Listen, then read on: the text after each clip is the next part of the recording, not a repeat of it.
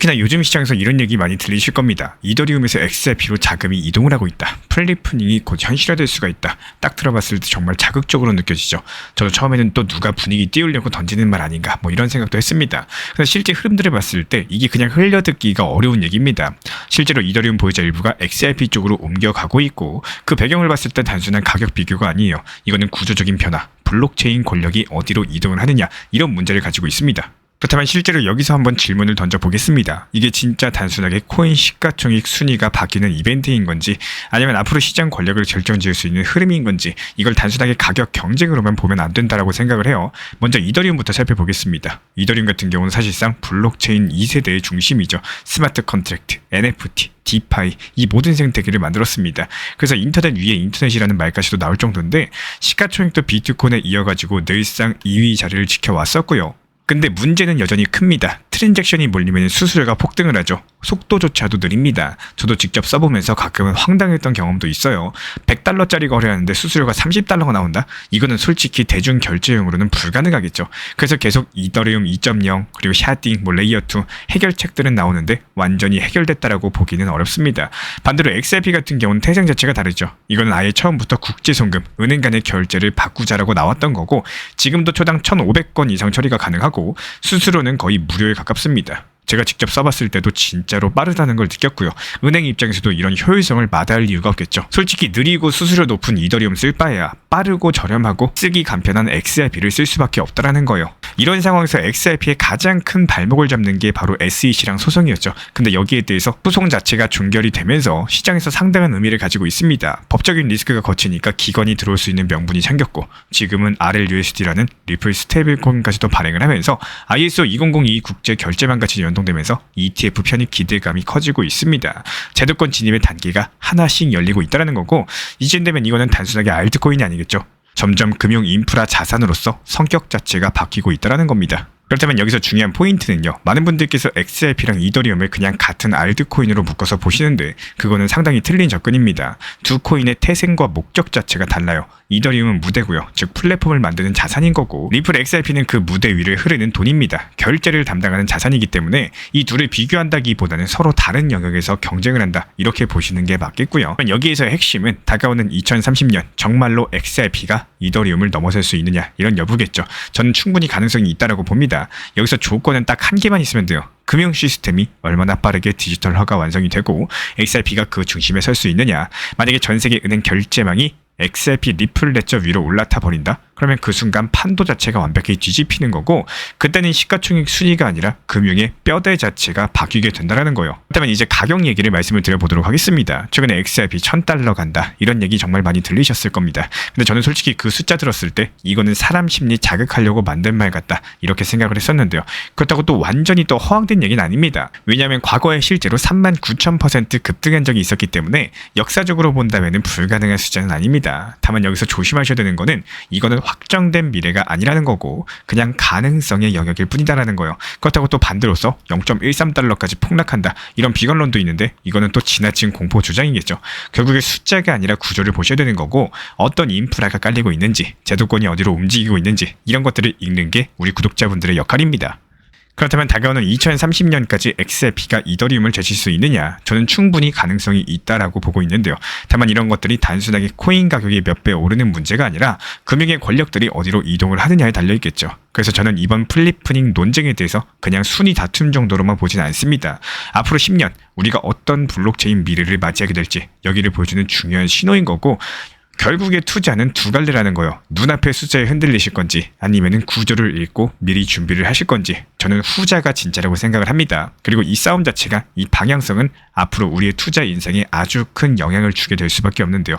우리 구독자분들은 어떻게 생각을 하시나요? 앞으로의 10년을 내다보는 장기 투자를 하실 때 이더리움을 매수하시겠습니까? 아니면 리플 XRP를 매수하시겠습니까? 자유롭게 영상 하단 댓글로 남겨주시면은 그걸 하나하나 읽어보면서 다음 영상 통해서 반영 도움 드리도록 하겠습니다.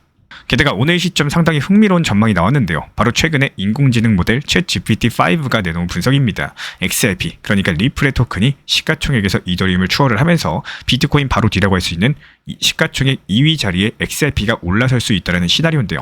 지금까지 시장에서는 이더리움의 위치가 거의 천홍성처럼 보였었죠. 디파이, NFT, 스마트 컨트랙트 이런 영역에서 이더리움은 이미 절대 강자입니다. 근데 그런 이더리움을 XRP가 추월이 가능하다? 이거는 단순한 가격 얘기가 아니겠죠. 시장의 판도가 바뀐다라는 이야기입니다. 그렇다면 여기서 중요한 거는 과연 어떤 조건들이 맞아 떨어져야지 이런 일이 가능할 것인가, 그리고 이게 현실적으로 언제쯤 일어날 수 있을까, 이 부분에 대해서 한번 종합적으로 정리드려 보도록 할게요. 먼저 단기 그림부터 한번 말씀을 드려보도록 하겠습니다. 이번 2025년 그리고 내년 2026년 사이, 그러니까 앞으로 1년에서 2년 안에 XRP가 이더리움을 추월할 가능성은 한 5%도 안 된다라고 해요. 여기서 조건은 있습니다. 리플이 SEC 소송에서 확실히 승리를 하면서 미국에서 현물 ETF가 승인이 되면서 이런 것들이 모든 게 된다라고 하더라도 XRP는 지금 가격에서 3배 이상 상승을 해야지 이더리움과 간격을 좁힐 수가 있습니다. 문제는 이더리움도 가만히 있진 않겠죠. 이더리움 같은 경우는 이미 디파이 생태계, NFT 그리고 기업 채택까지도 전부 다 이어지고 있기 때문에 단순하게 XRP가 올라가면은 이더리움은 멈출 것이다. 이런 그림은 현실성이 낮습니다. 그래서 단기적인 추월 자체는 사실상 불가능에 가깝다. 이렇게 보시는 게 맞는 거고, 저도 이 부분은 어느 정도는 동의합니다. 그렇다면 언제쯤 XRP가 이더리움을 추월할 수 있을까요? 중기 시나리오 한번 살펴보도록 하겠습니다. 다가오는 2027년 그리고 2029년까지 중기 전망을 봤을 때 여기서는 가능성이 조금 올라가요. 한 15%에서 20% 정도로 상승을 합니다. 조건은 상당히 구체적인데요. 첫 번째로 전 세계적으로 규제 명확성이 확보가 되어야 되는 거고, 두 번째로 CBDC랑 은행 간의 결제 시스템에 XRP가 본격적으로 도움이 돼야 됩니다. 만약에 XRP가 12달러 정도까지 올라간다면은 시가총액이 약 7천억 달러 수준에 이르는데요. 이더리움이 2만 달러 근처에 머문다면은 양쪽의 간격이 상당히 좁아지게 되겠죠. 하지만 여기서도 변수는 뚜렷합니다. 이더리움이 그대로 성장해서 2만 달러를 넘어선다면은 여전히 격차는 클 수밖에 없겠죠. 결국에 XRP가 치고 나가고자 한다면은 이더리움의 규제나 확장성 한계 같은 이런 문제로서 발목이 잡혀야 된다는 시나리오가 나오고요.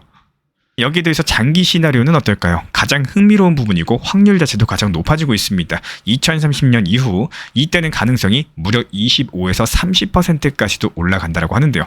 이 시나리오가 XRP가 글로벌 결제, 그리고 CBDC 인프라, 그리고 자산 토크나 전송망의 핵심 인프라로서 자리를 잡는다는 전제 안에서 출발을 하는데, 여기에 더해가지고 기관 자금이 XRP ETF로서 대거 유입까지도 되는 그림이 그려지는 거죠. 이쯤 되면 얘기가 달라집니다. XRP가 단순하게 하나의 코인이 아니라 전 세계 금융 시스템의 표준 프로토콜이 되는 순간이다 보니까 이더리움이 성장세를 이어가지 못하거나 규제 압박에 막히게 된다면 XRP가 그 자리를 대신 차지할 수도 있겠죠.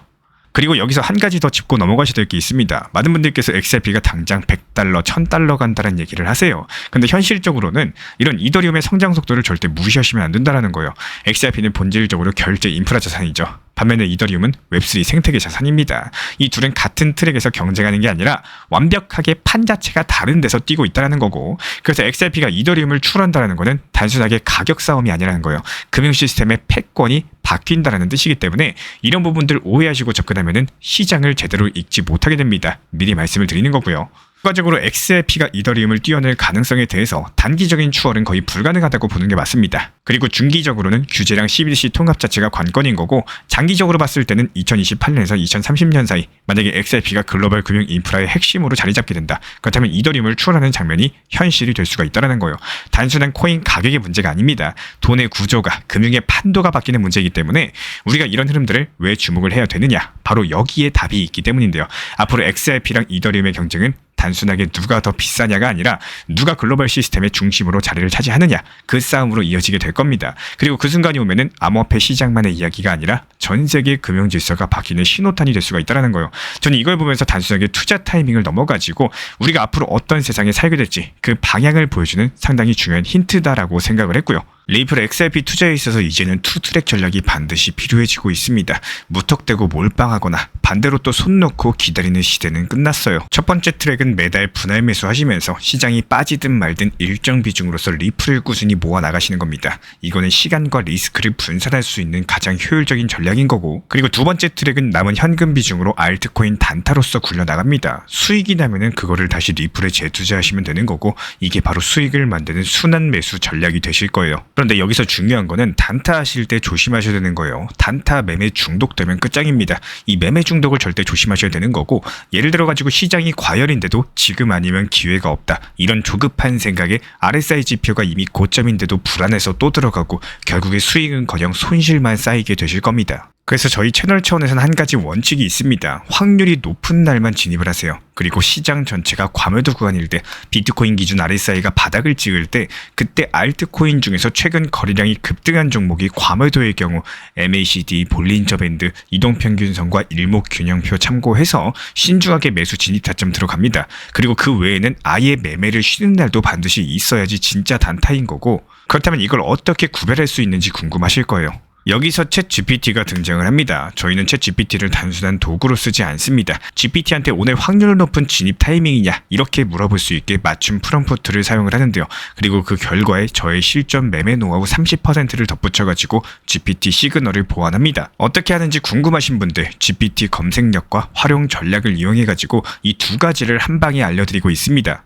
현재 보이시는 번호로서 리플 단타라고 문자 남겨주세요. 지금 이 영상 보신 분들에게만 오픈합니다. 그냥 GPT 쓰는 법이 아니라 투자로 연결되는 GPT 사용법 지금 바로 알려드리도록 하겠습니다. 제가 안내해드리고 있는 코인 신사 채널 멤버십 전용방에 대해서 짧게 설명드려 보도록 하겠습니다. 리플, 암호화폐 시장에 대한 중요한 이슈, 그리고 브리핑이나 시장의 흐름에 대한 전문적인 분석 내용 설명과 함께 차트상의 기술적 분석, 온체인 지표와 투자 심리에 대한 내용들을 같이 안내 도움드리고 있고, 가장 중요한 투자 심리를 컨트롤하기 위해서 포트폴리오의 구성에 대한 노하우, 투자 심리 컨트롤에 대한 내용도 같이 안내드리고 있습니다. 코인 신사 스터디 멤버십 가입하신 분들께서는 아래 번호 혹은 신청 링크 통해서 남겨주시면 제가 연락드리고 있고, 안내 설명과 함께 신사 채널 리플 전용 멤버십 방에도 입장 안내 설명드리고 있습니다.